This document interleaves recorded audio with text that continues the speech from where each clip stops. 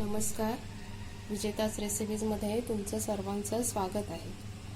आज आपण तिखट पुरी बनवणार आहोत. आता मी इथे 2 वाटी गव्हाचे पीठ घेणार आहे.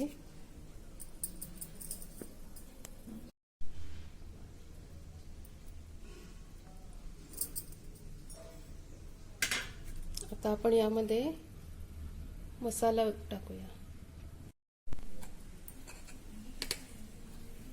आता मी ते अर्धा चमचा धणे पावडर टाकते, अर्धा चमचा जिरे पावडर, अर्धा चमचा हळद,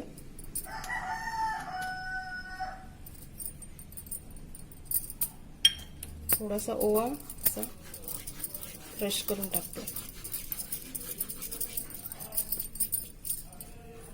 त्यानंतर कसुरी मेथी,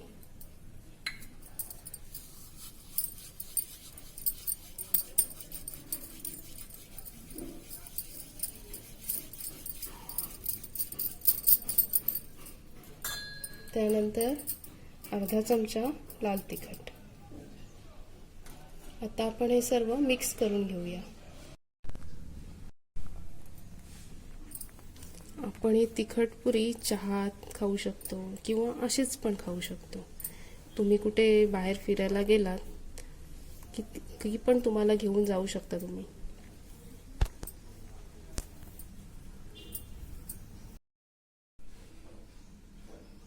मीठ टाकणार आहे चवीसाठी, मी मगाशी विसरले.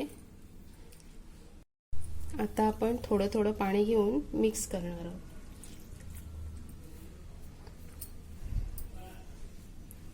आणि आपल्याला असं घट्टसर असं पीठ मळून घ्यायचं आहे. आपलं आता पीठ मळून झालेलं आहे. आता आपण त्याला थोडंसं तेल टाकूया आणि एक 10 मिनिटासाठी असंच झाकून ठेवूया. चला तर मग आता एक 10 मिनिट झालेले आहे. आता आपण पुरी लाटायला घेऊया. आता आपण लाटायला घेऊया. थोडंसं पीठ घेऊया.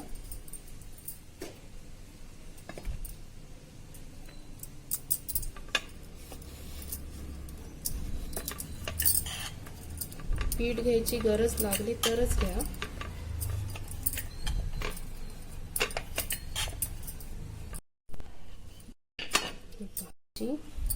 पातळ अशी लाटून घेतलेली आहे. आता आपण एक काटा चमच्याने थोडे असे होल पाडून घेऊ. एकदम जास्त मोठे पण नाही, म्हणजे होल का तर आपले पुरी फुगू नये म्हणून. तुम्हाला जर फुगलेली पुरी करायची असेल तर तुम्ही असं काटा चमच्याने करू नका.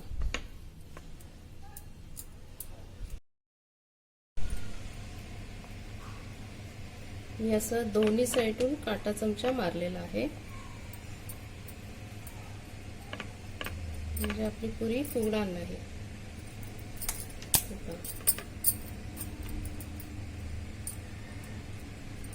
आपण असे पुरी करूया.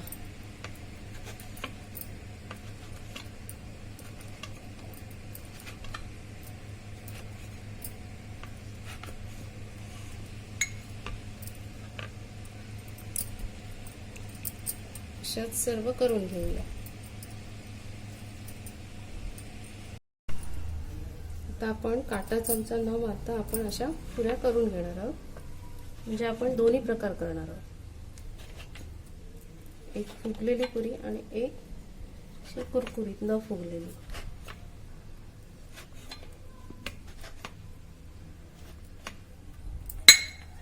या आपण काढून घेऊया आणि अशाच सर्व करून घेऊया.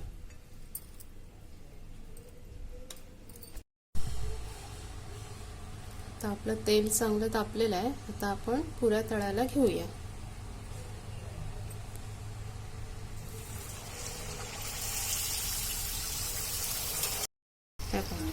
आपण काटा चमच्याने होल मारले त्याच्यामुळे आपली फुगलेली नाहीये. अशा पुऱ्या मस्त कुरकुरीत लागतात.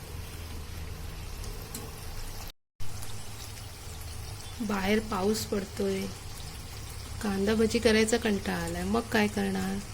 तर मग जर आपल्या या पुऱ्या डब्यात तयार असतील तर गरमागरम चहात बुडवून खायला खूप छान लागतात.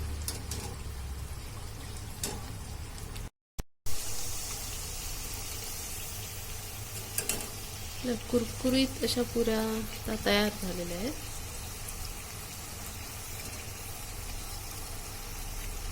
आपण फुगलेली पुरी अशा पण बनवणार आहोत.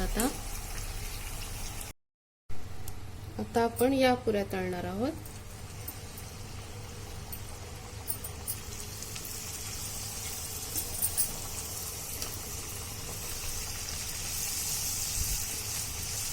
ही पहा आपली पुरी कशी मस्त फुगलेली आहे, कारण आपण काटा चमच्याने होल नाही मारलेले आहेत आपण त्याला. या पण पुऱ्या छान लागतात चहात.